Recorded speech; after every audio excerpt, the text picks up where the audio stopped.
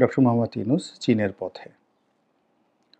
তার চীন ভ্রমণকে কেন্দ্র করে সরকারের মধ্যে যে বিশাল উদ্দীপনা এবং অনেকটা মানুষের চন্দ্র অভিযানের মতো করেই মিস্টার ইউনূসের চীন অভিযানকে সরকারি দল আখ্যায়িত করার চেষ্টা করছে। এখানে সরকারি দল বললাম এই কারণে যে এখন আর ডক্টর মোহাম্মদ ইউনূস কেবলমাত্র অন্তর্বর্তীকালীন সরকারের প্রধান নন। তিনি অনেকগুলো রাজনৈতিক দল, অতি সম্প্রতি একটি নতুন ছাত্রদের রাজনৈতিক দল, তাদের অনেকের সমর্থনপুষ্ট। তো কাজেই তার যারা সমর্থক, চেলা-চামুন্ডা রয়েছেন, সরকারে যারা কর্তা ব্যক্তি রয়েছেন, দলের যারা নেতাকর্মী রয়েছেন, সবাই বলার চেষ্টা করছেন যে এবার বিশাল একটা দফা-রফা করে ডক্টর মোহাম্মদ ইউনূস ফিরবেন। তার চীন যাওয়ার আগে আমরা জেনেছিলাম যে চীনের প্রেসিডেন্টের পক্ষ থেকে বিশেষ একটি বিমান, চার্টার প্লেন, স্পেশাল প্লেন বাংলাদেশে আসবে এবং সেটা চীনের যে সেনাবাহিনীর বিমান হতে পারে কিংবা প্রেসিডেন্টের রাজকীয় যে বিমানবহর রয়েছে সেই বিমানবহরের যে কোনো একটি এয়ারক্রাফট হতে পারে, কিন্তু দেখলাম যে না, চায়না সাউদার্ন এয়ারলাইন্স যারা বাংলাদেশের সঙ্গে নিয়মিত ফ্লাইট পরিচালনা করে এরকম একটি বিশেষ ফ্লাইটে তিনি সেখানে যাচ্ছেন এবং তিনি তার মতো করে যাচ্ছেন। এই গেল এক। যেটি আমার একটা ধারণা ছিল যে একটা রাজকীয় চাইনিজ রাজকীয় 747 জাম্বো জেট টাইপের কিছু একটা বিমান এয়ারপোর্টে আসবে এবং সারা এয়ারপোর্ট কেঁপে যাবে। এর কারণ হলো এই মুহূর্তে ডক্টর মোহাম্মদ ইউনূস চীনের কাছে যতটা গুরুত্বপূর্ণ বিবেচিত হতে পারেন বা যেভাবে তার দলের লোকজন বা তার সরকারের লোকজন যেভাবে প্রচার করছে, তাতে করে এরকম একটা চার্টার্ড প্লেন আসাই উচিত ছিল।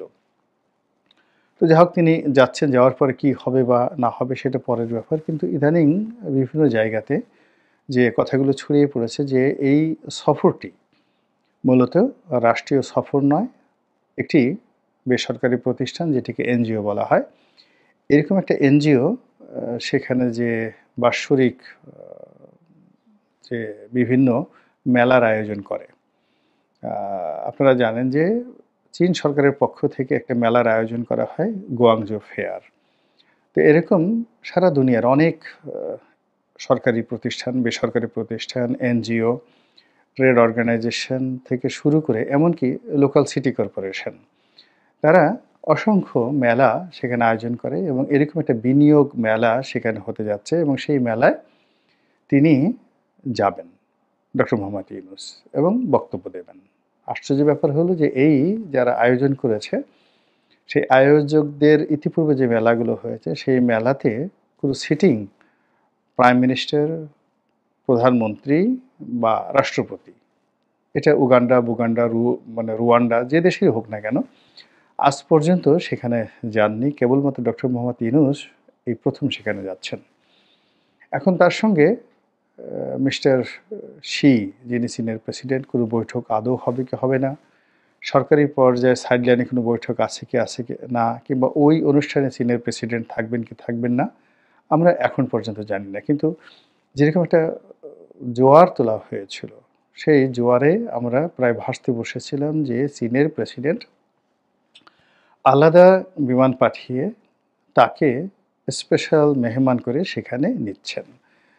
এবং এই কথা শোনার পর আমরা যারা সাধারণ চিন্তার মানুষ, আমরা খুব ভয় পেয়ে গিয়েছিলাম যে এইবার না জানি কি একটা ঘটে যায় বাংলাদেশে। এর কারণ হলো চীন যদি বাংলাদেশের ব্যাপারে সত্যিকার অর্থে খুব বেশি মাথা ঘামায় এবং সেই মাথা ঘামানোর পরিণতিতে যদি ভারত এবং আমেরিকা খুব রেগে যায়, তাহলে ওই পরিস্থিতি সামাল দেওয়ার মতো পরিবেশ এবং পরিস্থিতি বাংলাদেশের নেই। দ্বিতীয়ত, ডক্টর মোহাম্মদ ইউনূস তিনি বেশ বয়স্ক মানুষ। আমরা দেখলাম যে ২৬শে মার্চ তারিখে তিনি যে জাতীয় স্মৃতিসৌধে এসেছেন, তো মানুষের সাথে হ্যান্ডশেক করতে তার খুব কষ্ট হচ্ছিল এবং তিনি যখন বেদিতে উঠছিলেন, মূল বেদিতে উঠছিলেন, তখন কেউ একজন পাশের থেকে তার হাত ধরে, হাত না ঠিক আমরা যেটিকে বলা হয় কনুইয়ের উপরের অংশ, যেটাকে আমরা ডানা বলি, ডানা আঞ্চলিক ভাষায় ড্যানা বলি। তো সেই ড্যানা ধরে তাকে উপরে তোলা হচ্ছিল।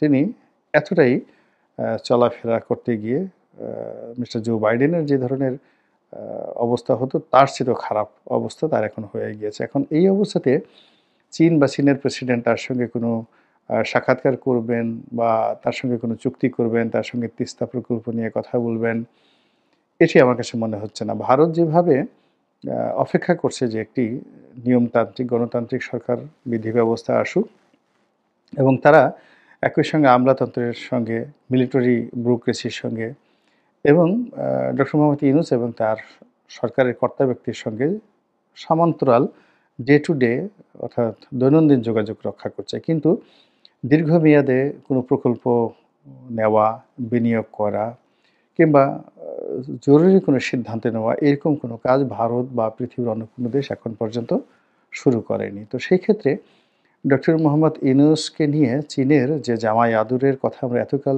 শুনেছিলাম, সেটি নিয়ে যারা ভয় পেয়েছিলাম তারা আজকের এই দিনটিতে উনি যখন গেলেন, উনার সে যাওয়ার ধরন, প্রকৃতি ইত্যাদি দেখেই মনে হলো যে তিনি যাচ্ছেন খুব সাধারণ একটা অর্ডিনারি কাজেই সেখানে যাচ্ছেন। এমনি তার ভ্রমণ ফোবিয়া রয়েছে। ভ্রমণ ফোবিয়া ঠিক বলা হয় না, এটাকে ভ্রমণ ম্যানিয়া বলা যেতে পারে। আ আমার রয়েছে ভ্রমণ ফোবিয়া। যেকোনো বাস গাড়িতে উঠলে বা প্লেনে উঠলে আমার খুব ভয় লাগে এবং ভীষণ রকম অস্বস্তি বোধ করি। যত বিজনেস ক্লাস, ফার্স্ট ক্লাসটি দেওয়া হোক না কেন, প্লেনে ওঠার সঙ্গে, সঙ্গে আমার বমি চলে আসে। কিন্তু কিছু মানুষ রয়েছে যাদের ম্যানিয়া রয়েছে। অর্থাৎ তারা প্লেনের গন্ধ না শুকলে, এয়ারপোর্টে দিয়ে না হাঁটলে, ইমিগ্রেশন ক্রস না করলে তাদের ভালো লাগে না। তো ডক্টর মোহাম্মদ ইউনূস, তারপর আমাদের ডক্টর দীপুমণি, এমনকি আমাদের সাবেক প্রধানমন্ত্রী শেখ হাসিনা, তাদের এই ভ্রমণ ম্যানিয়াটা ছিল। কিছুদিন পর, পর তারা বিদেশে না গেলে তাদের ভালো লাগে না। আর ডক্টর মোহাম্মদ ইউনূসের আরও একটি ম্যানিয়া রয়েছে, সেটি হলো তিনি বিদেশিদের সঙ্গে কথা বলতে খুবই পছন্দ করেন। বড় ডায়াস পেলে তিনি মোটিভেশনাল স্পিচ দিতে খুবই স্বাচ্ছন্দ্য অনুভব করেন এবং বিদেশের মাটিতে হলে তো কোনো কথাই নেই। তো সেক্ষেত্রে চীনে এরকম একটা সুযোগ তিনি পেয়েছেন, সেটা গ্রহণ করেছেন সঙ্গত কারণেই। আর বাংলাদেশে এখন যে অবস্থা হয়েছে সেটা হলো ডক্টর মোহাম্মদ ইউনূসকে নিয়ে খুব সিরিয়াসলি কেউ কোনো চিন্তাভাবনা করছেন বা তাকে ওইভাবে কেউ কাউন্ট করছেন এরকম মনে হচ্ছে না। এমনকি যে ছাত্র সংগঠন যারা আছেন তারা এখন কথায়, কথায় ডক্টর মোহাম্মদ ইউনূসকে সমালোচনা করার চেষ্টা করছেন। কিংবা যে সকল উপদেষ্টারা একসময় তাকে খুব তোয়াজ এবং তদবির করতেন, তারাও অনেকটা নির্লিপ্ত হয়ে গেছেন, অনেকে স্টপ হয়ে গেছেন, অনেকে অনেকটা ড্যাম কেয়ার ভাবে যতদিন আছি ততদিন কাজ করতে হবে বা কাজ করব না, এভাবে তারা তাদের মতো চলছে। সারা বাংলাদেশের বিভিন্ন জায়গাতে যে স্থবিরতা দেখা দিয়েছে অর্থাৎ ইউনিয়ন পরিষদগুলো যেখানে প্রতিদিন হাজার, হাজার মানুষ ভিড় করে টিআর, কাবিখা, ভিজিএফ থেকে শুরু করে জন্ম নিবন্ধন, এরপর ট্রেড লাইসেন্স, হাজারো কর্মকাণ্ডের জন্য। সেখানে চেয়ারম্যান নেই, সেখানে রয়েছে প্রশাসক। ফলে সেখানে নানা রকম কর্মকাণ্ডের অসুবিধা হচ্ছে, পৌরসভাতে অসুবিধা হচ্ছে, সিটি কর্পোরেশনে হচ্ছে, সংসদ নেই।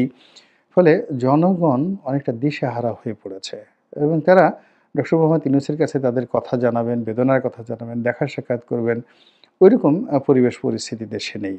ফলে কি হচ্ছে, ডক্টর মোহাম্মদ ইউনূসের হাতে এখন অফুরন্ত সময়। অনেক আ ফ্রি তিনি।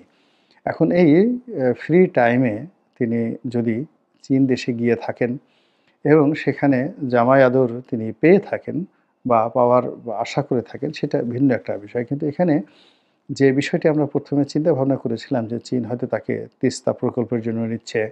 এটি সরকারি পর্যায়ের একটি যাকে বলা হয় দ্বিপাক্ষিক বৈঠক এবং এখানে চীন খুব আগ্রহ দেখিয়ে তাকে নিচ্ছে এবং আ এখানে আরও অনেক কিছু হবে। চীনের সঙ্গে বাংলাদেশের অনেক কিছু হবে।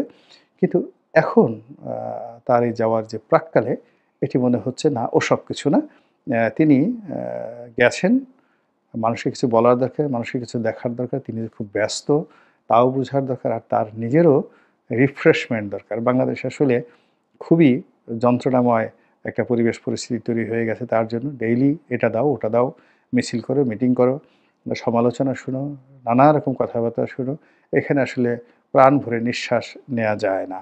তো সেক্ষেত্রে চীনের বাতাসে গিয়ে যদি প্রাণ ভরে একটু নিঃশ্বাস নেওয়া যায়, সুন্দর করে একটু ইংরেজিতে কথাবার্তা বলা যায়, যদি একটু রিল্যাক্স হওয়া যায়, সেটা ক্ষতি কী? কোনো অসুবিধা তো নেই। আর অন্যদিকে যদি তকদির ভালো হয়ে যায়, যদি সেখানে সত্যিকার অর্থে সরকার এগিয়ে আসে, সাইডলাইনে তার সঙ্গে আলাপ আলোচনা করার চেষ্টা চালায়, বড় কোনো বৈঠক হয়ে যায়, লেনাদেনা বা খবর দেওয়ার মতো কিছু একটা ঘটনা ঘটে যায়, তাহলে তো কোনো কথাই নেই। তো তিনি প্রচণ্ড পরিশ্রমী মানুষ, প্রচণ্ড ঘোরাফেরা করা মানুষ, যেখানে মানুষ কিছু দেখতে পায় না, শূন্য দেখতে পায়। সেভাবে তিনি ৩ টি শূন্য দিয়ে পৃথিবী তৈরি করতে চান। ৩-0 পলিসি। তো সেই ৩-0 র যে জনক, ৩ টি শূন্যের, ৩ টি ডিম্ব, আ সেই ৩ টি ডিমের জনক ডক্টর মোহাম্মদ ইউনূস এখন চীনে গেছেন বাংলাদেশের পক্ষ হয়ে। তো দেখি তিনি কি করেন। হতাশ হওয়ারও কিছু নেই, আতঙ্কিত হওয়ারও কিছু নেই। আবার যাকে বলা হয় খুব আশাবাদী হওয়ারও কিছু আছে বলে আমি মনে করি না। আল্লাহ আমাদের সবাইকে হেদায়েত দান করুন এবং হেফাজত করুন। আসসালামু আলাইকুম ওয়া রাহমাতুল্লাহি ওয়া বারাকাতুহু।